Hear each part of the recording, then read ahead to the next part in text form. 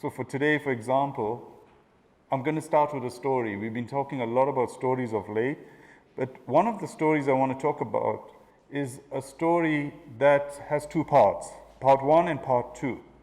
And I want to tell you part one first, obviously, because that's the story that you might have come in with to this facility. And the story is of you as a child, as a heroine, hero, going through life and learning, picking up about the world, how the world operates, how people around you operate, and then you learn how to maneuver yourself in this world, how to get by in this world, what we need to do on a daily basis, what language to talk, how to eat, how to drive, how to read, how to write, all and everything. And when we're young, we pick up from the environment and we're very open to the stuff that we're going through, and we pick it up. We become this, as we call it, a sponge that just takes all this information in, right? And previously in a different world, it might have been a more physical environment, but most of us grew up in a mental environment where it was about taking in this information and literally sharing it again with the world in some form or the other. And as we go along, we learn more and more, and we figure out how this world operates, and we kind of get by. And then eventually we kind of reach maybe some level of academics or education where we feel we kind of know quite a bit. And all of us must go through that phase. I think I've figured it out. I know 1 + 1 = 2. I know how to manipulate my parents. I know how to get by with the boss. And then you kind of get by and you think things are great, and you build up this identity and you know where you fit in, and things are going brilliantly. You're happy, you're ecstatic, you're joyful, you're blissful. This is the height of life. And then there's this moment. It can be a moment or many moments which kind of blow you out of the water. That kind of, no matter what you know, it doesn't matter. And that's when your story takes a turn where, from a mental and emotional perspective, it hits you between the eyes. And we fall down. And we're at the bottom of where we once were. Once we were riding the peaks of life, flying high, now we're right down at the bottom. We're in the grips of depression, anxiety, pain, hurt, and suffering. And that's the point where you and I are at, if we That's where we now reach out for help, and that's why we might be sitting in this room, because we're desperate for information, we're desperate for knowledge, we're desperate for the wisdom to shift us. And that's our story, where once we were flying high, saying we knew it all, we figured it out, but no matter what you knew and what we figured, we realized that what we were holding on to, there was nothing in your hand now. And we're all at the depths of what we are. And someone described the depression in an interesting way. They described it as standing against a wall and someone smashing the car into them. And they fall to the floor. The person walks out of the car, flicks a cigarette butt at them, and crushes them with their high heel. And the way they put it, I thought, wow, this is the way we all might feel at that moment, where everyone and anyone is kind of crushing us. We're feeling suffocated and stagnated. So let's look at it. Depression can mean different things in different contexts. For some of us, it's loneliness. Another person is abandonment. For another of us, it may be low confidence, low self-esteem. It may be rejection. It may be a heartbreak. It may be the loss of someone close to us. So these are various forms of depression. And then if you go into analogies, every sad song out there sounds like a resonation of our depression that we may be going through. So it's how you feel and what you're going through. All right? And it's about your journey. This story is about your journey. All right? So let's dive into the story as to the way forward. So let's start, as we said, from the beginning, where we're down at the bottom. And let me ask you this. What is, at the basic level, that we all need out of life? What do we need at a basic level to survive? Maslow's hierarchy of needs, right? All these beautiful things. And what do we do to get these things? Work, yeah. And again, given it's COVID times, work is hard to come by, right? and we might hopefully get to work and we get paid a wage. When do we get paid a wage? On a Friday. You agree? And then what do we do on that weekend when we get paid? Spend it all. Yeah, we overindulge. On what?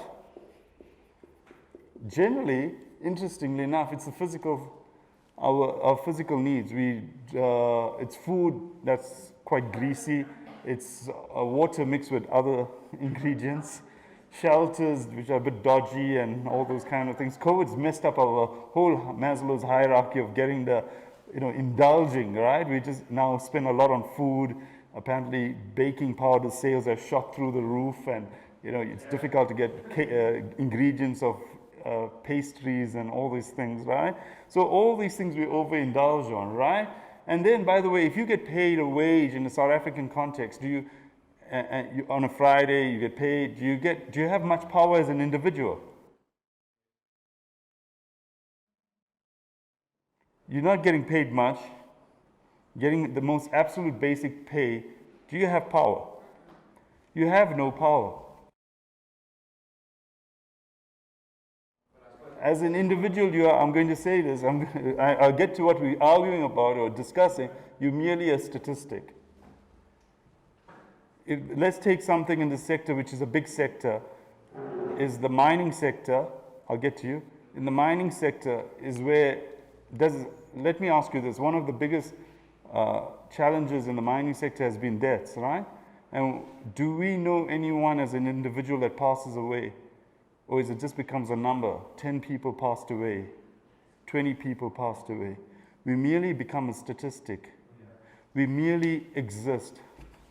All right? We become the trolley pushers of life. Life becomes one of survival. Okay? We basically life becomes one of meeting up to our physical and material needs. Does this make sense? Life becomes mundane and monotonous. Or you understand where I'm coming from, especially when you're earning the basics and going through life at a very basic level. All right? Because you are just going through the processes.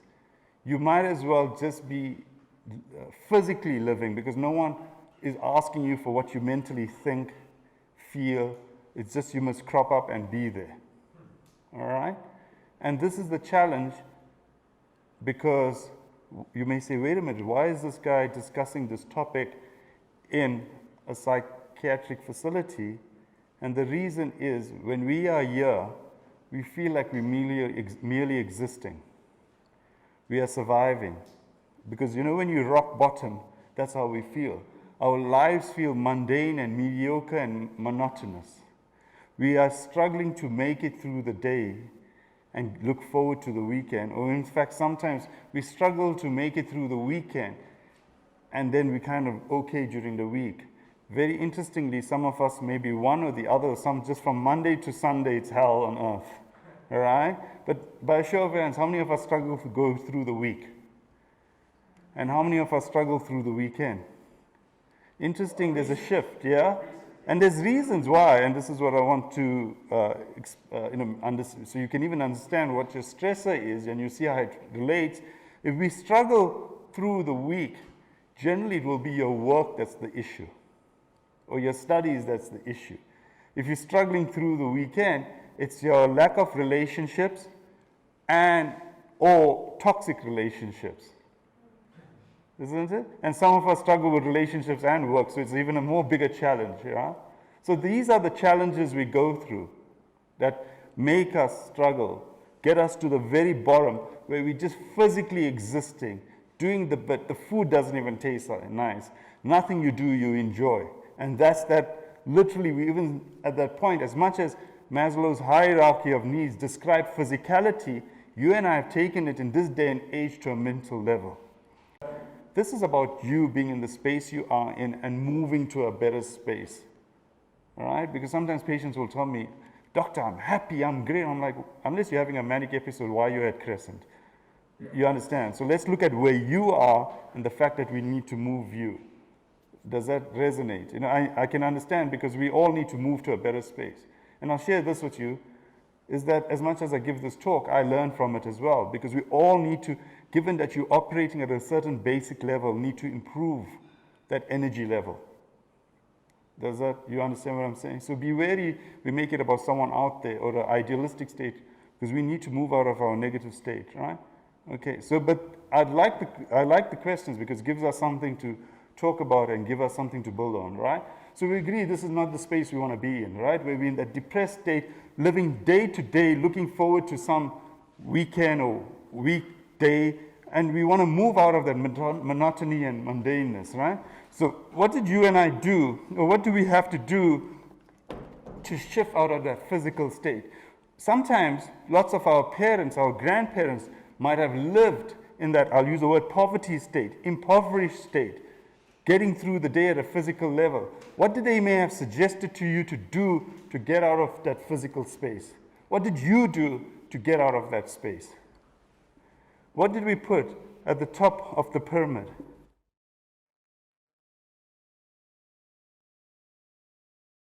It is something that's down the line. Yeah. Even before that. Because you don't think it when you're 16, 17, I want to self-actualize or I want a purpose. What do we say I need to do? You kind of know it instinctively because it's been whacked into you. You got to do this. What do we got to do? Before that even. They tell you to do something before the work to facilitate the nature of the work. Study. So what you're utilizing, if I write the word study, is you are telling you to use your mental capacity and your mind to get out of that physical space. So fascinating, as much as you have this physical body, they're telling you to concentrate on one aspect of what you are and utilize the mind. So as much as some of us love to be on the rugby field, the football field, somewhere out there doing some physical stuff, you have to resort to sitting on a chair and reading some book or doing something that involves a mental capacity. And what did you do when you studied? What were you fundamentally doing? You were learning how to better yourself by thinking. And how do you learn to think? They taught you to think in a logical and rational manner. So 1 + 1 = 2. It was logic and rationality to wire your brain to start thinking that way. And the more better you were at that, they accused us of being intelligent. You agree? Because some of us are wired to do that naturally. Some of us are more wired to be running around and having some fun. Or some of us are more geographically inclined. Some of us are more historically inclined. You understand? And the more you fit into the mold, the more you are seen as achieving, accomplishing. And you were graded as intelligent, good enough, wow. So you thought and you studied and you think in this logical, rational manner. And the more you fitted in, the more accolades you got, the more acceptance you got. All right? And you felt better about yourself, and that just reinforced the wiring because your teacher's giving it to you, your parents are giving it to you, and society is giving it to you.